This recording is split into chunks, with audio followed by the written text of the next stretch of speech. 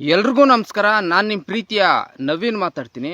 ಮಾಲೂರು ನಗರ ವ್ಯಾಪ್ತಿಯ CS site park ಜಾಗ ಕಬಳಿಕೆ, ಬಾಕರಾಬ್ ಕಬಳಿಕೆ, ರಾಜಕಾಲುವೆಗಳ ಮೇಲೆ ಮನೆಗಳು ಕಟ್ಟಿ ಮತ್ತು ರಾಜಕಾಲುವೆ ಮೇಲೆ ಶಾಲೆಗಳು ಕಟ್ಟಿ ಲಕ್ಷಾಂತರ ರೂಪಾಯಿ ದುಡಿತಾ ಇದ್ದಾರೆ ಏನೋ ರಾಜಕಾಲುವೆಗಳ ಮೇಲೆ. ಆದರೆ ಯಾವುದೇ ರಾಜಕಾರಣಿಗಳು ಇದ್ರ ಬಗ್ಗೆ ಮಾತಾಡ್ತಾ ಇಲ್ಲ.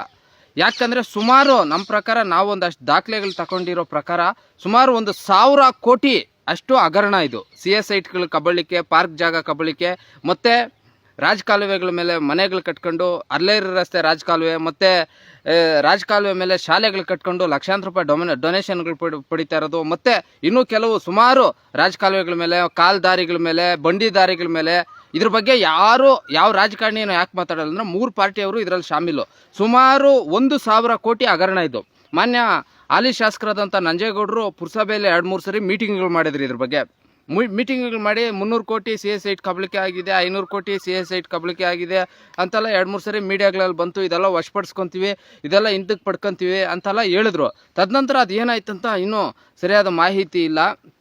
ನಾವು ಕೆಲವು ದಾಖಲೆಗಳೆಲ್ಲ ತಗೊಂಡ್ಮೇಲೆ ಸುಮಾರು 1,000 ಕೋಟಿ ಅಷ್ಟು CS ಸೈಟು, ಪಾರ್ಕ್ ಜಾಗ, ರಾಜಕಾಲುವೆ ಜಾಗಗಳು ಕಬಳಿಸ್ಕೊಂಡು ಶಾಲೆಗಳು, ಮನೆಗಳು ಕಟ್ಕೊಂಡು ಮತ್ತು ಬಾಕರಾಬಲ್ಲಿ ಮನೆಗಳು ಕಟ್ಕೊಂಡು ಲಕ್ಷಾಂತರ ರೂಪಾಯಿ ಇದು ಏನೋ ಬಾಡಿಗೆಗಳು ಪಡಿತಾ ಇದ್ದವರು ಎಲ್ಲ ಪಕ್ಷದ 3 ಪಕ್ಷದ ದೊಡ್ಡ ರಾಜಕಾರಣಿಗಳು, ಎಲ್ಲ ಪ್ರಭಾವಿ ರಾಜಕಾರಣಿಗಳು ಇವತ್ತು ಲಕ್ಷಾಂತರ ರೂಪಾಯಿ ಬಾಡಿಗೆಗಳು ಪಡಿತಾ ಇದ್ದಾರೆ. ಆದರೆ ಇದ್ರ ಬಗ್ಗೆ ಯಾರೂ ಪ್ರಸ್ತಾಪ ಮಾಡಲ್ಲ, ಯಾರೂ ಇದ್ರ ಬಗ್ಗೆ ಇದೇ ಮಾಡಲ್ಲ.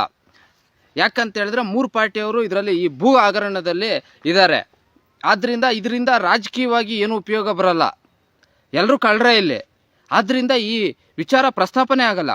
ರಾಜಕಾಲುವೆ, ಅರ್ಲೇರಿ ರಾಜಕಾಲುವೆ ವಿಚಾರ ಸುಮಾರು DK ರವಿ ಕಾಲದಿಂದನೂ ಇದು ಇದಾಗ್ತಾನೆ ಬರ್ತಾ ಇದೆ. ಆದರೆ ಒಬ್ಬ ಮಾತಾಡಲ್ಲ. ಯಾಕೆಂದರೆ ಅಲ್ಲಿ ಪ್ರಭಾವಿಗಳು ಎಲ್ಲ ಮನೆಗಳು ಕಟ್ಕೊಂಡು ಲಕ್ಷಾಂತರ ರೂಪಾಯಿ ಬಾಡಿಗೆಗಳು ಪಡಿತಾ ಇದ್ದಾರೆ, ಶಾಲೆಗಳು ಕಟ್ಕೊಂಡಿದ್ದಾರೆ, ಚೌಟ್ರಿಗಳು ಕಟ್ಕೊಂಡಿದ್ದಾರೆ. ಎಲ್ಲ ಸುಮಾರು 2-3 ಇದು ಒಬ್ಬರಿಂದ ಇದಾಗ್ಬಿಟ್ಟಿದೆ. ಸುಮಾರು 1960ರಿಂದ ತೆಗೆದುಬಿಟ್ರೆ ನನ್ನ ಪ್ರಕಾರ ಸುಮಾರು ನಾವು 1,000 ಕೋಟಿ ಹೇಳ್ತಾ ಇರೋದು ಕಡಿಮೆನೇನೋ. ಆದರೆ ಇದು ರಾಜಕೀಯವಾಗಿ ಉಪಯೋಗಕ್ಕೆ ಬರಲ್ಲ. ಎಲ್ಲ ನಮ್ಮ ಪಾರ್ಟಿಯವರವರೇ, ನಿಮ್ಮ ಪಾರ್ಟಿಯವರವರೇ.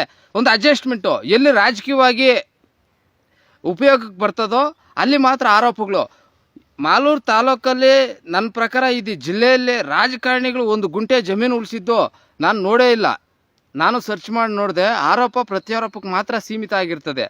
ಮಾನ್ಯ ಶಾಸಕರು ಈಗಿದ್ದೀರಿ, 2-3 ಸತಿ ಮೀಟಿಂಗ್ಗಳು ಮಾಡಿದರೆ ಇದ್ರ ಬಗ್ಗೆ ತಕ್ಷಣ ಅವನ ರಾಜಕಾಲುವೆ ಮೇಲೆ ಮನೆಗಳು ಮತ್ತು CS ಸೈಟ್ಗಳು ಕಬಳಿಕೆ, ಬಾಕರಾಬ್ ಕಬಳಿಕೆ ಇವು ಯಾರ್ಯಾರು ಮಾಡಿದಾರೋ ಅದೆಲ್ಲ ವಾಪಸ್ ಪಡ್ಕೊಳ್ರಿ. ಮತ್ತು ನಮ್ಮ ಕಾನೂನು ಏನು ಹೇಳ್ತದೆ ಅಂದರೆ, ಒಂದು ಸತಿ ಅವ್ನು ನಕಲಿ ದಾಖಲೆಗಳು ಸೃಷ್ಟಿ ಮಾಡಿಬಿಟ್ನಂದರೆ ದುಡ್ಡು ಅಂತಿದ್ರೆ 30 ವರ್ಷ ನ್ಯಾಯಾಲಯಗಳಲ್ಲಿ ಕೇಸ್ ನಡೆಸ್ಬೋದು. ಇವತ್ತು ಸಿವಿಲ್ ಕೋರ್ಟ್ಗೆ ಹೋಗ್ಬೋದು, senior civil court, district court, high court, supreme court ಹೋಗ್ಬೋದು.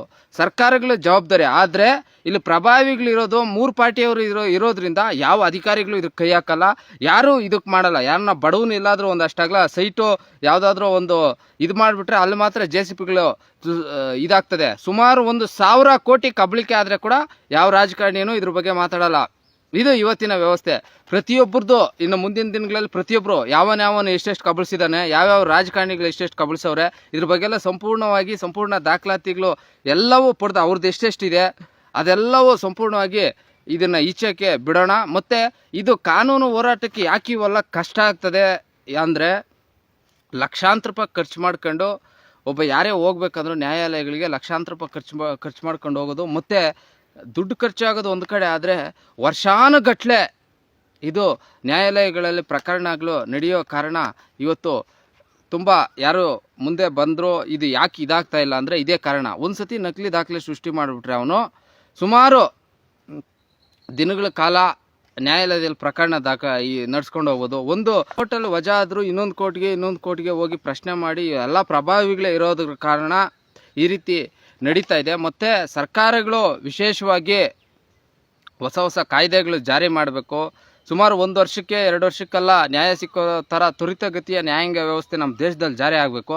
ಮತ್ತು 50 ಕೋಟಿ ಖರ್ಚು ಮಾಡಿ ಚುನಾವಣೆಯಲ್ಲಿ ಯಾರೇ ಗೆದ್ದರೂ ಅವನೇನು ಡೈಮಂಡ್ ರಾಗಿ ಏನು ಬೆಳೆಯಲ್ಲ, ಅವನು ಅಲ್ಲಿ ಹಗರಣನೇ ಮಾಡೋದು, ಅವನು ಯಾವನೇ ಆಗಿಬಿಡಲಿ. ನಾನು ಹೇಳ್ತಾ ಇರೋದು. ಡೈಮಂಡ್ ರಾಗಿ ಏನು ಬೆಳೆದು ಅವನು ಇದು ಮಾಡಲ್ಲ. ಮತ್ತು ಜನ ಹಣಕ್ಕೆ ಯಾವತ್ತವರೆಗೂ ಮತ ಮಾಡ್ಕೊತೀವೋ ಅಲ್ಲಿವರೆಗೂ ಇವೆಲ್ಲ ಇರ್ತದೆ. ಇವೆಲ್ಲ ಆರೋಪ ಪ್ರತ್ಯಾರೋಪಗಳೆಲ್ಲ ಡ್ರಾಮಾನೇ. ಇವ್ಯಾವ ಒಂದು ಸಕ್ಸಸ್ ಆಗಿದ್ದಿಲ್ಲ, ಒಂದು ಇದಾಗಿದ್ದಿಲ್ಲ. ಈ ಸಾಮಾಜಿಕ ಕಾರ್ಯಕರ್ತರು ಅವರಿಂದ ಒಂದಷ್ಟು ಜನ ಜೈಲಿಗೆ ಹೋಗಿದ್ದೀರ ಬಿಟ್ಟರೆ ರಾಜಕಾರಣಿಗಳಿಂದ ಒಂದು ಗುಂಟೆ ಜಮೀನು ಉಳಿದಿಲ್ಲ. ಮತ್ತು ರಾಜಕಾರಣಿಗಳಿಂದ ಈ ದೇಶದಾಗ ಏನೂ ಆಗಿಲ್ಲ. ಭ್ರಷ್ಟಾಚಾರ ಬಿಟ್ಟರೆ ಇನ್ನೇನೂ ಆಗಿಲ್ಲ.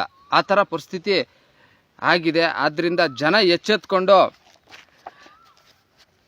ಮತ ನೀಡುವಾಗ ಪ್ರಾಮಾಣಿಕರಿಗೆ ಮತ ನೀಡಿ. ವ್ಯವಸ್ಥೆ ಬದಲಾದರೆ ಎಲ್ಲ ಸರೋಗುತ್ತೆ. ಸಾಮಾಜಿಕ ಕಳಕಳಿ ಇರೋರು ಚುನಾವಣೆಯಲ್ಲಿ ಗೆದ್ದರೆ ಮತ್ತು ನಮ್ಮೆಲ್ಲರ ಪ್ರಶ್ನೆ ಮಾಡೋರಾದರೆ ಎಲ್ಲವೂ ವ್ಯವಸ್ಥೆ ಆದಷ್ಟು ಬೇಗ ಬದಲಾಗುತ್ತೆ. Thank you.